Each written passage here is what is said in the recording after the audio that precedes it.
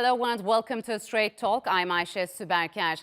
The internationally recognized Libyan government based in Tripoli is not only battling a deadly virus, but also illegal militias loyal to warlord Khalifa Haftar. His year-long assault on the capital has left scores of civilians dead. But now the government of national accord is on the offensive, advancing on a strategic airbase just southwest of Tripoli. Haftar and his forces have used Watia airbase to launch attacks on the capital and surrounding areas since 2014. His recent defeats on the battlefield, largely thanks to Turkey's support for the GNA, has earned the ire of the United Arab Emirates, the warlord's main backer. Turkey's foreign ministry hit back, saying the UAE has pursued destructive policies in the region. Libya hasn't had a functioning government since the overthrow of longtime ruler Muammar Gaddafi back in 2011. The GNA, which controls the capital, has been battling Haftar's forces, who are largely based in the country's eastern city, Benghazi. So, are we at a turning point in the Libyan civil war? Is warlord Haftar starting to see his international support wane? To answer that and break it all down, joining me now from Ankara is Murat Aslan, who is a faculty member at Hasan Kalyoncu University and a researcher at the SETA Foundation, and Guma el Gamaty, the special envoy of the UN-recognized Libyan Prime Minister Fayez al-Sarraj. He joins us from London. Gentlemen, welcome to Straight Talk. It's good to have you here. Haftar's losses in Libya sparked a war of words between Turkey and the United Arab Emirates. The Emiratis accused Turkey of interfering in Arab affairs in Libya, and that was met with a harsh reaction from Ankara. Ankara said it was the United Arab Emirates that has been undermining peace efforts, not only in Libya, but in Syria, Yemen, and the Horn of Africa. So, Juma, let me begin with you. What could you tell us about the timing of the UAE statement and what's happening in Libya at the moment? Well, first of all, what's happening in Libya is that the balance of military power is changing significantly and positively in favor of the GNA, the recognized government in Libya. Since 25th of March, about 7 weeks ago, the GNA has declared the military operation Peace Storm to actually push away Haftar forces who are shelling Tripoli every day, killing civilians, children, women, and destroying hospitals and other buildings. Only last night, there was very heavy shelling in Tripoli, about 9 or 10 civilians killed, many more injured, and even international embassies have been targeted yesterday.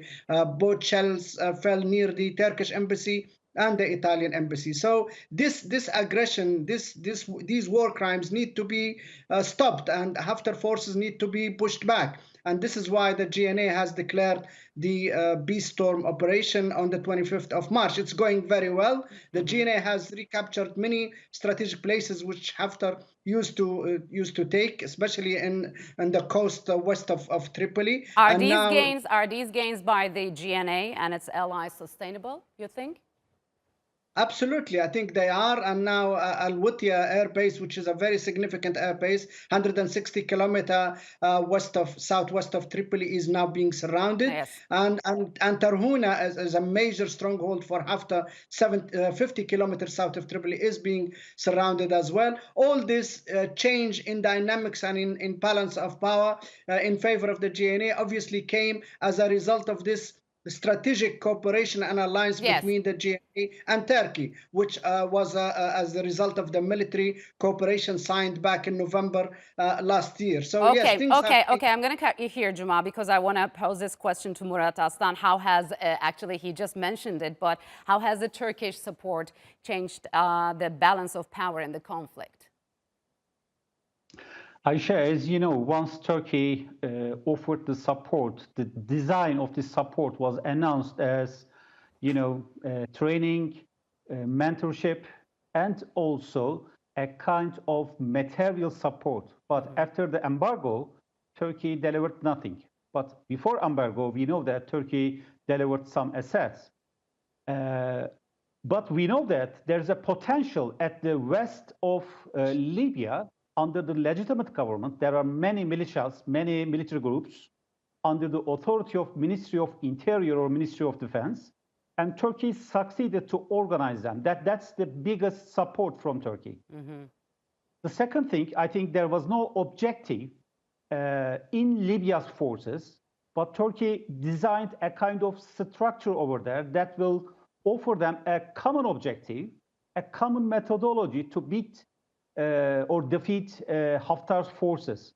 We know that there are some vulnerabilities of Haftar. For instance, Metali Salafis supported Haftar at the very first instance of the overall conflicts. But once legitimate government captured the military initiative on the ground, that means now even the militias on the ground and also international actors questioned how viable and reliable Haftar is. So what Turkey contributed is to impose a trust, both to Libyans and encouraged international actors to support legitimate government. Yes, given these current circumstances, Guma, will the United Arab Emirates, Russia and Egypt and Russian mercenaries back down, or they will further boost their support to Haftar in the coming period? What's at stake for them? Well, I think the UAE, Egypt, France, and Russia have invested a lot in Haftar, not just now, but since 2014, 6 years of continuous support. We talk about UAE supplying drones, Chinese-made drones, supplying a lot of weapons, ammunition, logistical support, political, media, and intelligence support. And this is clearly a major investment for UAE. They want Haftar to take over power in Libya and instill a military rule so that UAE can enjoy all the benefits, economic and geopolitical benefits in Libya. But from now on, how do you think they'll act? And how do you believe that the COVID-19 as well as a dramatic fall of the oil prices will impact these countries' support to Haftar? Unfortunately, the UAE is continuing to escalate, is continuing to give major support to Haftar. After the Berlin conference, we have records of flights, daily flights from Abu Dhabi to Benghazi shipping military equipment. They've been monitoring some 6,000 tons of equipment have been coming in. Now, also UAE is organizing mercenaries from Sudan, paid by the UAE.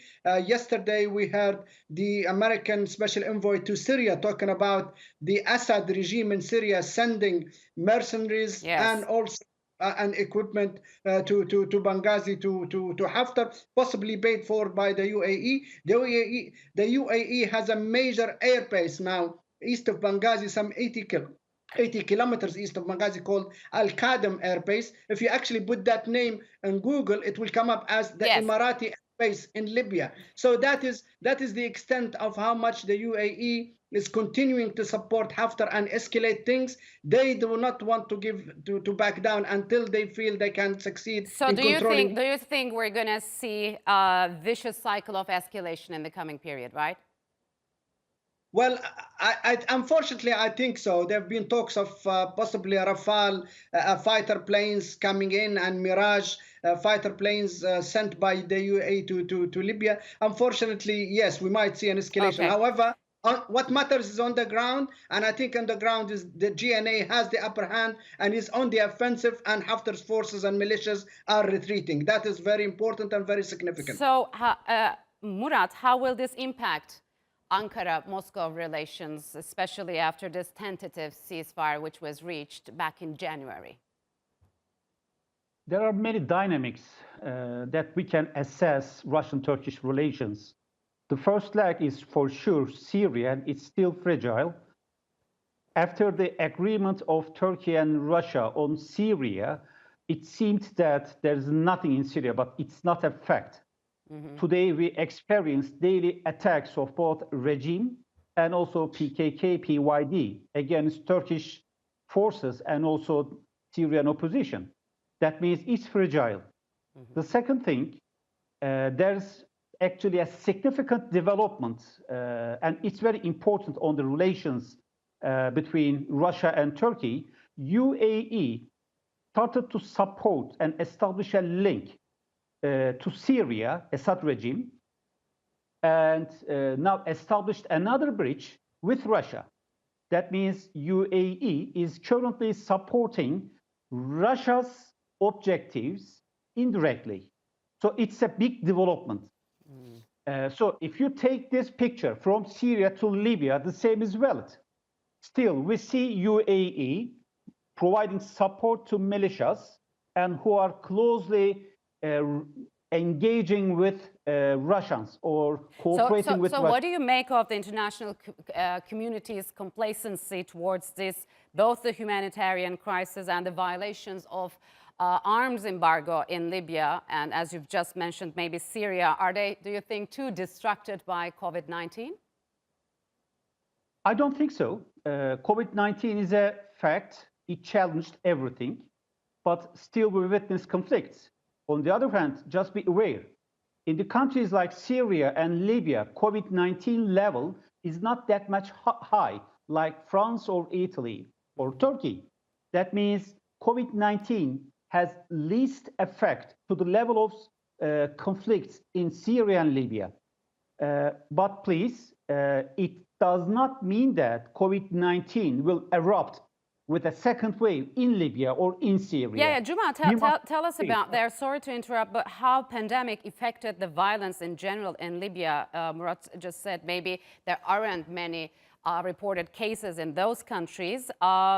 Do you know, for example, how many people have been infected? What's the situation in the country? Well, fortunately, the COVID-19 pandemic in Libya has been very limited so far, maybe because the country was in a way isolated. There was not much travel with the outside world and not much contact. And there have been a lockdown by the government, by the GNA since a few weeks ago. So I think we have something like 64 cases and possibly, and I think 3 deaths. And maybe out of the 64 identified cases, we only have about 34 still active. So it is now under control. There is a curfew. There is a lockdown policy and social distancing policy, and that policy is being extended. So the government is trying its best. But of course, if it does break out of control, then the government means the healthcare system might not be able to cope. But luckily, so far, things are under control, and there is no big danger or major challenge. And moving forward, do you think there will be a political solution to this conflict, or the sides will choose to solve it through fighting? What's your take on that?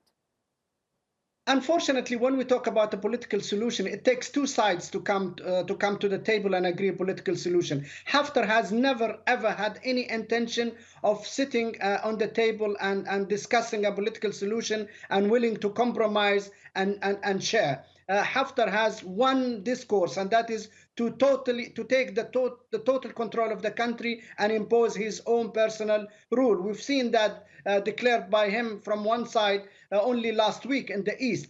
So in that sense, how can we have a political solution with someone who is intent on controlling and taking over the whole country and controlling the whole power in his own hands? So it is, in a way, it's almost impossible. However, I think if Haftar was to be defeated, pushed back and excluded from the scene in Libya and is no longer a military threat, I think a political solution will definitely be possible, not with Haftar, but with all the other political sides in Libya. There are so many different sides in Libya on political ground, on geographical ground, on tribal ground, on ethnic grounds. Different sides can sit together and agree a social contract and a political solution. But before that, the Berlin conference was convened, and now we see the fighting is ongoing in the parts of that country. Murat, given these latest developments, as we're running out of time, could you tell us about Turkey's prospects and what it wants to achieve? And do you think that the GNA will someday set parameters for a peace process? Turkey's objective is very clear, actually, and is announced. Legitimate government must be supported, and legitimate government must govern the overall Libya, not any individual or any militia who has a desire to be the sole man or the only power upon the country.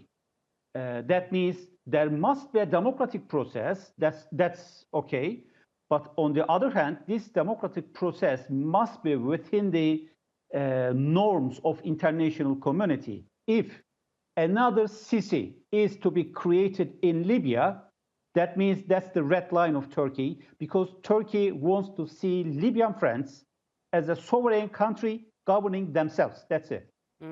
So to what extent are the United Arab Emirates, Guma, and Turkey key to what happens next into this conflict?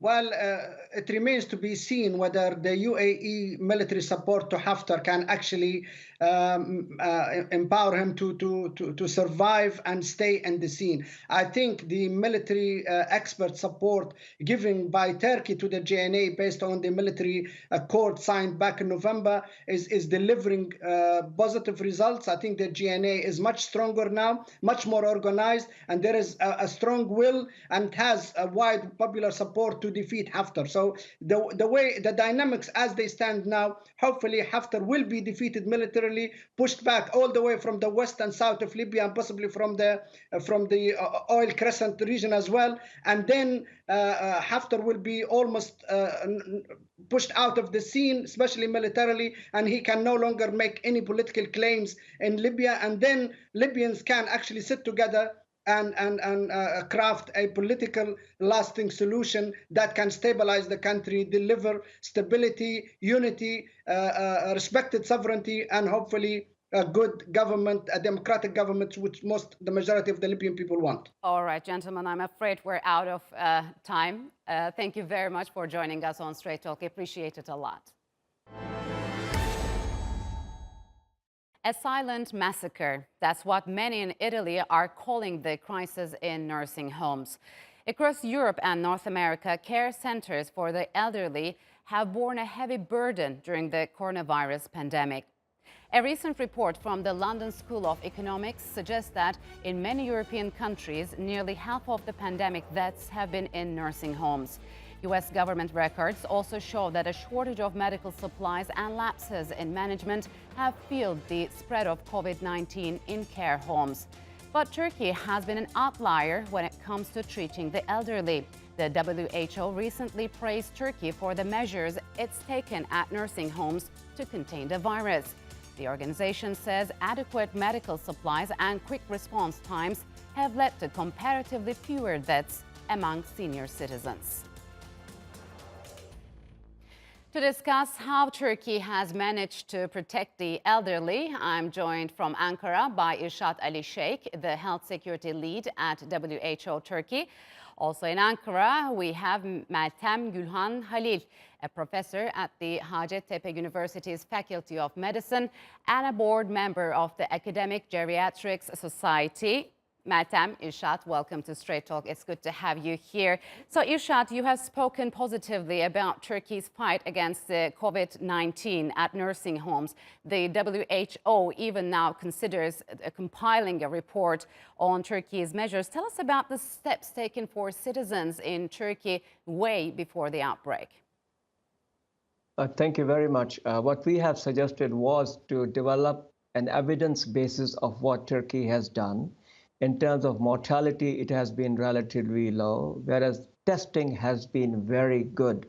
So the deciding factor has been one, that big luck and vigilance.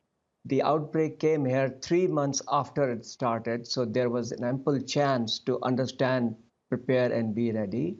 Second, by the time outbreak arrived here, we knew that the age group at the highest risk is elderly. So that warning had also distilled in seemingly with the decision makers and policy makers and healthcare providers here. But the most important feature was I think in Turkey, the testing capacity. The bottleneck that challenged such services in other countries was not present here. So we were able to seemingly identify the people who were positive, isolate and quarantine and track their contacts. Secondly, for elderly, there were vertical interdictions seemingly. So we had only those who were at high risk serious social distancing while the rest of the society continued to work. Yes. Demographically, only 8% of Turkish population is 65 and above. Last factor I would say is the family values. The family support system for elderly is different than other European countries Yeah, we're where going to they get had into highest that. Yeah, mortality. yes. Maktam, nearly half of all pandemic deaths have been in nursing homes, both in Europe and the United States. Luckily, we didn't witness such a crisis in Turkey's elderly care centers. What it has done differently, what kind of protocols were applied at nursing homes? First of all, our Minister of Family, Labor and Social Services had taken early precautions and early preventive strategies for the nursing homes. I think these strategies result in a fewer number of infected persons in nursing homes. We have very few number of infected persons regarding or comparing with other European or American countries. Yeah, so as just Irshad mentioned, is there a cultural aspect to Turkey's success in this? I mean, because there don't seem to be that many nursing homes in Turkey when it's compared to Europe and the US. I think we have very organized nursing homes because most of them are in the control of our Minister of Family, Labor and Social Services. And at the beginning of the pandemic process, they make very preventive and strategies, and these preventive strategies resulted in good results, I think. Also, I think Turkey is one of the best organized country in the world regarding this pandemic process, I think, because both Ministry of Health and other stakeholders presented a very proactive management according to the recommendations of scientific committee. Yes. And therefore, from a geriatrician perspective, I'm very glad to observe a positive discrimination in this period, because early application of lockdown for the geriatric population prevented this group from the infection. Yes. Also, our social health care system presented the whole diagnostic and treatment options for the whole population without any age discrimination. And as you know, our health insurance system covered the whole diagnostic and treatment process without any age discrimination. I think this is a very good advantage for our country. So, Irshad, what were some of the missteps European countries and the United States did in taking care of their elderly there? We've been talking about the shortage of medical staff. Is that it? No, I think other factor was in US precisely, even from the start till today, is the lack of testing. They have not been able to test all that they should and they must. And they're still trying to play catch up despite the fact that the outbreak has been there for a couple of months now. In Italy, other places, it was the speed of the spread of the outbreak. And they had over 14, 15, 16% population, not just about 65, but about 80, 85, 90 years. So by design, or by default, if I can say, the population there was at the highest risk, facing an outbreak that was new, growing exponentially. So many people were sick and reaching health systems in a short span of time. So health systems was under serious strain and did not, despite having one of the best systems in the world, the speed of entry of new patients, they were not able to cope in time. And with senior citizens, delayed care really led to poor outcomes. Yeah. In Turkey now, restrictions are being eased and normalization will start soon. So, Maktam, is there a risk for a second wave of infection, and do you have any suggestions? As Irshad said, Turkey has one of the lowest fatality case ratio in the world. So we have to keep it in the following periods. I think the normalization period should be implemented with the previous cautions, and it should be relaxed carefully and gradually, especially for the elderly population, because our elderly population, as presented at the beginning of the program, it's about 9%. However, it means 7.5 million elderly. And most of these patients have multiple comorbidities regarding hypertension, heart disease, or others, using a lot of drugs. So they should be very careful in this period. And I think in this period, we will be very careful, especially for the elderly people. All right, I'm afraid we have to leave it here. Irshad Meltem, thank you very much for joining us on Straight Talk. Appreciate it a lot. And that's all for this edition of Straight Talk with me, Ayşe Süberkaş. If you've got any comments, do share them with us on Twitter with the hashtag Straight Talk. Also, don't forget to subscribe to our YouTube channel. Until next time, take care and goodbye.